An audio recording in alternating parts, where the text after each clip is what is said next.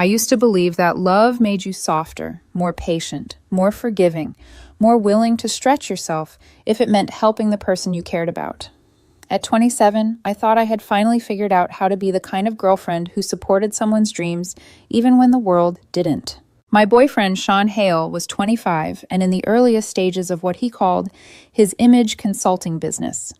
In reality, it looked a lot like endless shopping trips, Instagram posing, and late-night editing sessions where he fine-tuned captions about building a brand.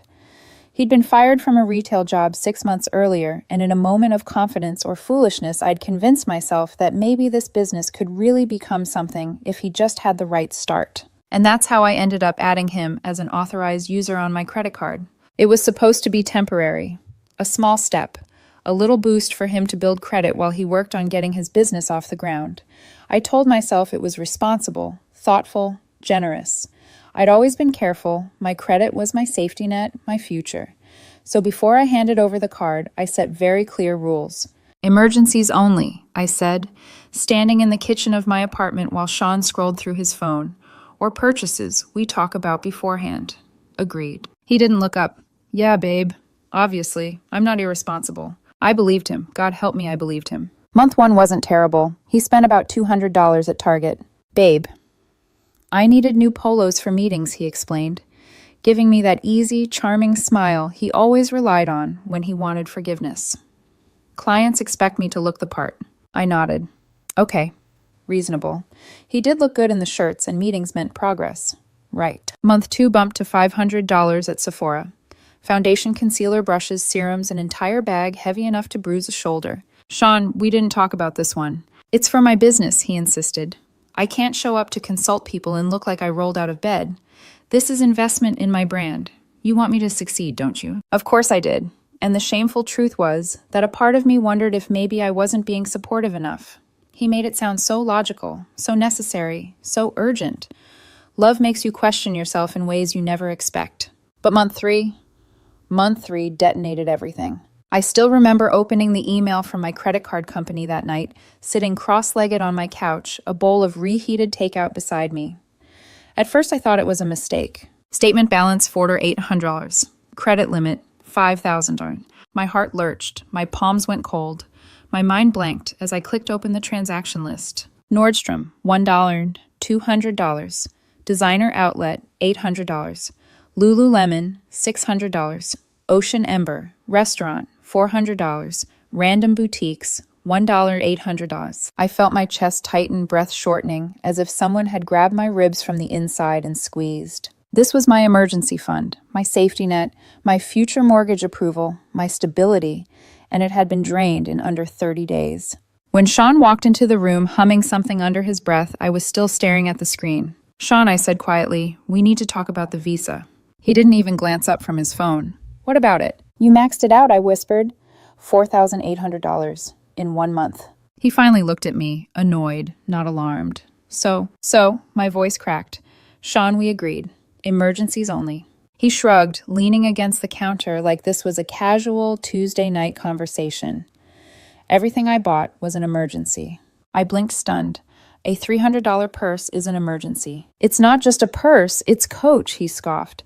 My clients expect a certain level of presentation. You wouldn't understand. Something inside me splintered. I swallowed hard. Sean, these were supposed to be discussed. He rolled his eyes.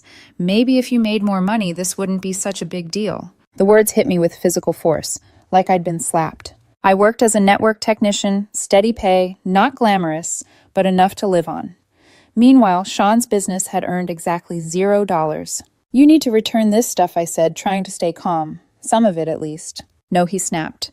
Everything was final sale. Just pay the minimum and stop being dramatic. That word dramatic twisted in my chest like a knife. It's not my fault you can't keep up with my lifestyle needs, he added, voice dipping into something icy and self-righteous. I can't downplay my brand just because you're limited. Limited. I felt the air leave my body. For a moment, everything was silent. The refrigerator hummed softly behind us. A car honked outside, and Sean stood there looking at me like I was a problem to be fixed, not the woman who'd been supporting him for 18 months. I didn't argue. I didn't cry. I didn't even exhale. I just nodded slowly.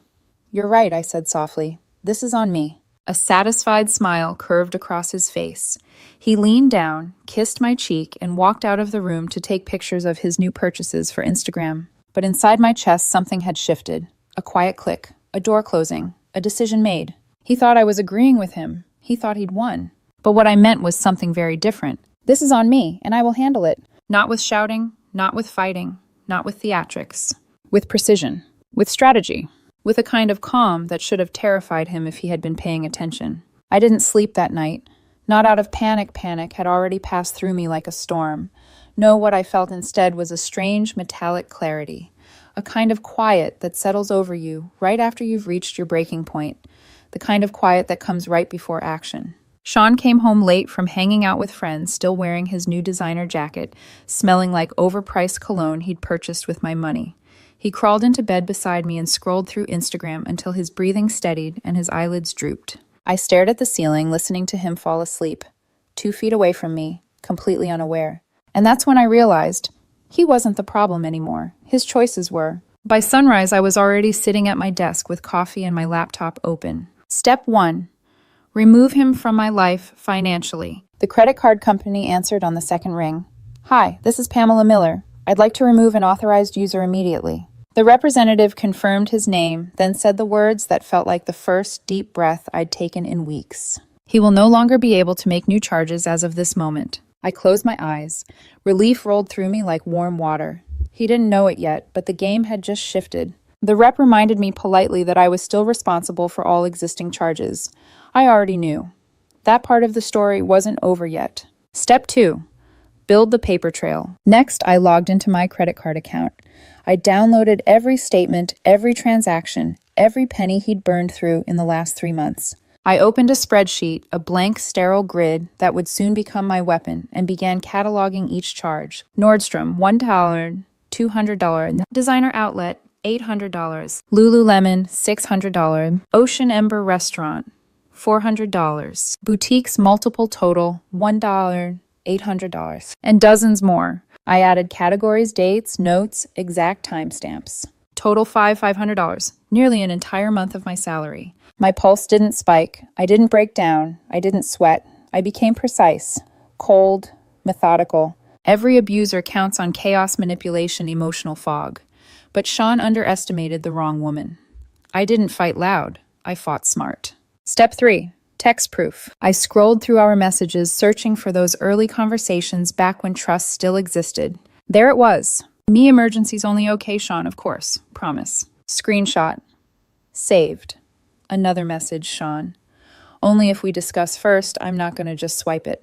Screenshot saved. Funny how promises become evidence. Step 4. His business. Sean claimed he was building a luxury image consulting brand, but something had always bothered me. He never filed paperwork, never mentioned licenses, never showed invoices or receipts for actual clients. He'd been listing my apartment as his business address because it sounds professional. So I went digging. A quick online search revealed everything I suspected. No business license, no LLC registration, no IN, no tax filings, no official paperwork whatsoever. He had been calling himself a CEO of a company that legally didn't exist. And suddenly that detail about using my address wasn't just annoying, it was dangerous. If the IRS ever questioned him, they'd question me. Step 5, the tax bomb. My fingers hovered over the keyboard. This part wasn't revenge, it was protection. I went to the IRS website, downloaded Form SS4 application for employer identification number. Since he'd used my address for incoming client payments and business operations, I filled out the EIN paperwork to ensure that if anyone ever came knocking, the tax trail showed I was acting responsibly. Then I created a folder on my desktop titled Sean Hale Business Documentation Color-Coded, Dated, Organized. Inside it, I placed every screenshot, statement, transaction, and piece of evidence. Step 6. The email that changed everything. Sean never checked his email. Perfect. I opened a new message, kept my tone icy, professional, detached, as if he were an employee, not my boyfriend. Subject required, documentation.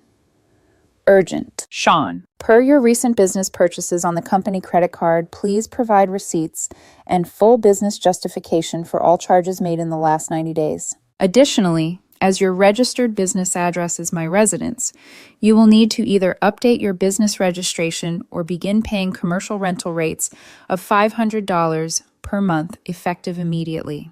Please also provide your EIN for my records. Regards, management. I reread it twice. It wasn't emotional, it wasn't dramatic, it wasn't threatening. It was administrative. The calmest destruction is the kind no one sees until it's too late. I hit send. The first shift. The rest of the week I acted normal. Sean, oblivious, posted new outfits daily, each one purchased with my maxed out card. He bragged on Instagram about elevating his brand, when in reality he was sinking deeper into a grave he'd dug himself. He still hadn't seen the email. But the shock came sooner than I expected. The next morning, he walked into the kitchen with a confused frown. He held a piece of unopened mail addressed to Sean Hale Image Consulting LLC, Pamela Miller, my address. Pam, why am I getting IRS mail here? I took a slow sip of my coffee. You've been running your business from this apartment. You told clients to send payments here. Well, yeah, but just making sure everything's legitimate, I said gently. I don't want you to get into trouble. His face drained of color. That was the first crack. The first moment he realized something was shifting beneath his feet. The decline. That afternoon, he tried to use the credit card at Starbucks. When it declined, he called me immediately. Pamela, what the hell? Did you forget to pay the bill? I stirred sugar into my coffee. No, Sean. I removed you as an authorized user. You... What? How am I supposed to run my business? Use your debit card, I said calmly. You know I don't have money in that account. I shrugged. Not my fault you can't keep up with your business expenses. The silence on the phone told me he understood the reference. Word for word. His own sentence thrown back at him like a mirror. He hung up in rage. I just smiled and continued my day. The IRS mail started showing up 3 days after I removed Sean from my credit card. At first it was just one envelope, then 3, then 5. Every day when I opened the door, a new stack sat waiting. Thin white notices, thick booklets, warnings printed in sharp red ink, all addressed to his non-existent company, all delivered to my apartment. Sean tried to pretend he wasn't bothered. He'd pick up an envelope, frown, and toss it onto the kitchen counter like it was junk mail, but he never opened a single one. He kept pacing the apartment, glancing at the growing pile like it might explode if he got too close. Meanwhile, Instagram remained his escape. He was still posting daily photos, perfectly staged outfits, designer bags, captions about client consultations, and branding strategies. Every picture featured something he'd bought with my nearly maxed-out credit card. Sometimes he'd adjust the lighting on a photo while standing right beside that stack of IRS envelopes, completely unaware of the storm forming around him. His panic finally broke through the surface when he tried using my card again. He called me from Starbucks, voice sharp and trembling. Pamela, the card's not working. I know, I said, folding laundry with one hand. What do you mean you know? I removed you as an authorized user. He went silent for a moment, stunned. Then he shouted, You can't do that. How am I supposed to build credit? How am I supposed to run my business? Use your debit card. You know there's nothing in that account. That's not my fault. There was a pause, a heavy, uncomfortable one. He recognized the words, the tone. I could almost hear him replaying the night he said them to me. Are you actually throwing my own words back at me? He snapped. I'm just holding you accountable. He hung up without saying goodbye. Later that evening, I found him in the living room scrolling through his phone. He looked distracted, jittery, like he couldn't focus on any single thought long enough to make sense of it. His thumb hovered over his screen, scrolling through emails. Then he froze. He stared at his phone, eyes widening. His breathing stopped. He held the phone up like it was evidence in a criminal trial. What is this? It was the email I'd sent him, the one requesting receipts, business justification for all his charges, updated registration for his business address, and monthly commercial rent. You finally checked your inbox, I said. You expect me to pay rent on your apartment? You're treating me like an employee. No, I'm treating you like someone who used a company card for company expenses. That's ridiculous, he snapped. I don't have receipts. Half of that stuff was final sale. That's going to complicate your tax filings. My what? Businesses report income and expenses, I said gently, as if explaining this to a child, especially when they use a residential address as a corporate location. He sank onto the couch, eyes darting around the room, trying to find an exit that didn't exist. I don't even have tax forms, he whispered, voice cracking. I know. Then why are they sending me mail? You used my address. You took money you called client payments. You labeled yourself a CEO online. You've been buying things for your business. The IRS simply noticed. His face went white, pure panic. He grabbed one of the envelopes and ripped it open. A thick guidebook fell onto his lap. Small business tax instructions. He stared at it without blinking. "I didn't ask for any of this," he whispered. "You created it," I said calmly. Before he could respond, my phone rang. An unfamiliar number flashed across the screen. I stepped into the hallway to answer, already knowing who it was. A stern male voice introduced himself. "This is Mr. Hale, Sean's father." He sounded furious, but not at me, at his son. He demanded to know why IRS notices were coming to my address. I explained exactly what Sean had been doing. Silence. Not disbelief, just disappointment. He ended the call with, "I'll handle it." Sean stormed into the apartment an hour later, red-faced and trembling. "You talked to my dad?" "He called me. He's yelling at me. He's asking for my tax returns. I don't have any." "That's not my fault," I said again. "Stop saying that," he shouted. But he didn't understand. This wasn't revenge. This wasn't cruelty. This was consequence. He spent the rest of the night pacing through the apartment, running his hands through his hair, muttering to himself. Every few minutes, he'd glance at the pile of IRS envelopes, then quickly look away like the guilt alone might burn him. And for the first time since all this began, he finally understood something he'd avoided for months. The avalanche wasn't just coming. It had already begun. Sean's unraveling didn't happen in one dramatic explosion. It happened in tiny, humiliating cracks that formed one after another until the entire facade collapsed under its own weight. The first crack wasn't the IRS mail. It wasn't the declined card. It wasn't even his father calling to ask why his 25-year-old son was pretending to run a business he'd never registered. It was Instagram. Sean had always lived through that app. The curated poses, the perfectly angled outfits, the captions about grinding towards success.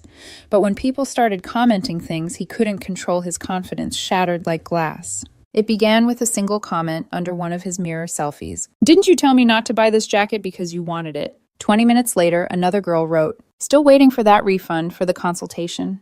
You canceled and kept my $50. Then another, "Are you even licensed legit question?" Sean deleted the comments as fast as he could, but they kept coming, and the algorithm noticed drama like sharks notice blood. His follower count dropped from 10,000 to 8,500 in a single day.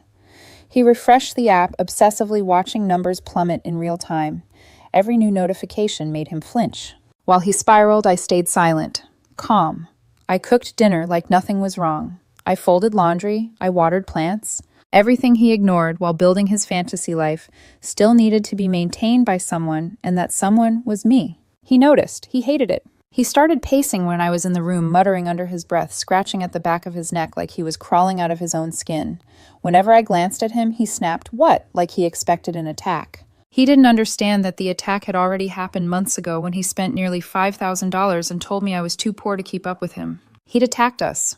All I'd done was stop protecting him from the consequences. 2 days later, while Sean sat on the couch, refreshing his follower count like an addict, I printed out a clean formal invoice. Ivory paper.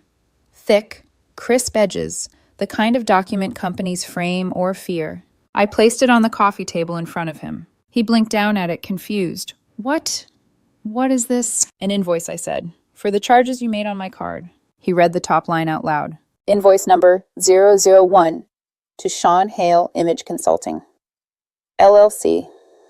Total due $4,800. His eyes moved to the bottom. Then he looked up at me, horrified. "There's interest." 18% APR, I said. "Standard business rate." "You can't charge me interest," he shouted. "You said the purchases were business expenses," I replied. "Businesses pay their bills." His mouth opened, then closed. No argument came out. The silence was more powerful than anything he could have said. He stormed into the bedroom and slammed the door. 5 minutes later, I heard him crying and whispering angrily on the phone. His father, no doubt. Probably asking why the IRS kept sending mail. Asking why his son owed back taxes for money he'd been calling business income from his parents. Sean had been lying to everyone. Now those lies were choking him. Later that night, he crept back out of the bedroom, face red and eyes swollen. "My dad said I need to pay you," he muttered, voice shaking, "or register my business properly and file taxes." "That's reasonable. I can't afford either.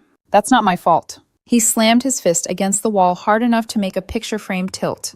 Then he collapsed onto the couch with his head in his hands, spiraling deeper. The next day, his Instagram account imploded further. Someone posted a screenshot of my invoice, no idea who, but it circulated in local fashion circles like wildfire. Comments flooded in. Bro is running a scam. Imagine pretending to be a CEO while living off your girlfriend. This is why real consultants have licenses. His follower count sank to 200. He tried archiving posts, blocked people, turned off comments. Nothing worked. And then it got worse. A girl he'd consulted once for $50 left a long comment on her story tagging him and writing, "He told me not to buy an outfit because it didn't suit me. He bought it for himself the next day with someone else's card." Others joined in. More refunds demanded. Someone mentioned the Better Business Bureau. Someone else threatened small claims court. I watched it unfold with a strange calm. Not satisfaction, not pity. Just the quiet recognition that the truth always finds its way through whatever lies are stacked on top of it. By the end of the week, Sean's brand was collapsing faster than he could refresh the screen. He looked at me one night, face hollow, and said, "You're ruining my life." "No," I replied softly. "I'm just no longer funding it." His shoulders slumped like he'd been punched. He needed money. He needed help. And he had absolutely nothing left to manipulate with. No charm, no excuses, no lies that held up under pressure. All he had left was the final, inevitable outcome. He owed me every penny, plus interest, and he knew it. Sean's collapse wasn't a single event. It was a slow, grinding erosion, like watching a shoreline disappear under waves that never stopped coming. By the time the final wave hit, he was already too exhausted to fight it. It happened a month after everything began. By then, his Instagram was a ghost town. A page that once postured as a luxury image consulting brand had become a patchwork of deleted posts, half-written apologies, and long silences. His follower count dropped from 10,000 to 3,000, then hovered there like even the bots had abandoned him. He tried to rebuild, tried posting inspirational quotes, tried offering freestyle tips to re-engage the community, but the comments were merciless. "Refund your clients first. Stop lying about your business. You're a scammer." He reported half the comments. It didn't matter. New ones appeared instantly. I watched the implosion quietly. Not gleefully, not triumphantly, just observing.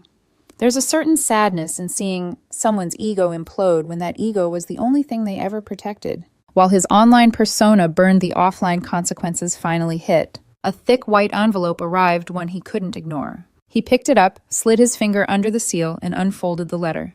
As he read, his face drained of color. It was from the IRS, a notice of unreported income, roughly $2,000 owed. He swayed a little, grabbing the counter for support. This isn't real," he whispered. "It is," I said quietly. "You did this. You used my address. You spent money you called business investments. You posted publicly about being a CEO. The IRS noticed your activity. That's what they do." He sank onto a chair, shoulders shaking. "I don't have 2,000. I know." He glared at me, then, desperate, enraged, ashamed all at once. "Help me, please." "I did help you," I said, "for months." "That's not what I mean, and you know it." "I'm not paying your taxes, Sean." "But Pamela, please, if you love me, you'd—" "Don't," I said, voice suddenly sharp. "Don't use that word like it's leverage." His mouth snapped shut. The next blow came from a direction neither of us expected. A former client, a girl he'd charged $50 for style advice, posted a long message publicly. She tagged him. She included screenshots. She included receipts. And worst of all, she included pictures proving something he never thought would reach daylight. He had been recommending outfits to clients, telling them, "It doesn't suit your body type," then buying the exact same outfit for himself with my credit card the next day. Her post exploded. Other clients chimed in. Some demanded refunds. One mentioned the Better Business Bureau. Another threatened small claims court. Sean sat on the couch all night, shaking, staring at his phone like it was a horror movie. His father showed up the next morning. Not a knock, a pounding. Sean's voice wavered when he opened the door. "Dad." Mr. Hale brushed past him, jaw tight, eyes blazing. He looked at me. "Is it true, all of it?" I nodded calmly, every word. He closed his eyes like he was swallowing pain. Then he took out his checkbook. "Give me the amount." I retrieved the invoice, my printed document still crisp, still exact. Mr. Hale scanned it. 4,800 plus interest. He wrote the check without hesitation. On the memo line, he printed final payment. No more contact. He tore the check free and placed it on the table. "Pamela, I'm sorry. Truly." I nodded. "Thank you." Sean watched, stunned, as his father walked out without saying goodbye. That afternoon, I deposited the check and immediately paid off my credit card. My balance dropped to 0. My credit score jumped 30 points. It rose to 750, the highest it had ever been. My life in quiet, measurable ways was improving because I had finally stopped letting someone drain it. Sean didn't move out gracefully. He shoved things into bags, muttering, sniffling, repeating phrases like, "No one understands me, and everyone's against me, and this isn't fair." Fair. He had used that word so many times while spending my money. But now, when the consequences landed on his own doorstep, he suddenly cared about fairness. He moved back in with his parents. His Instagram bio changed from CEO of Hale Image Consulting to exploring new opportunities, a phrase people use when they have no opportunities at all. For a while, there was silence. Then, last week, a number I didn't recognize sent a text. "I know you hate me, but can you please take down the invoice screenshot? Someone showed it to my manager. It's embarrassing." I stared at the message for a long, quiet moment. Then I typed a single sentence. "It's not my fault you can't keep up with your past." I hit send. Then I blocked his number. And just like that, the story closed. Not loudly, not violently, not with revenge or theatrics. Just with boundaries, documentation,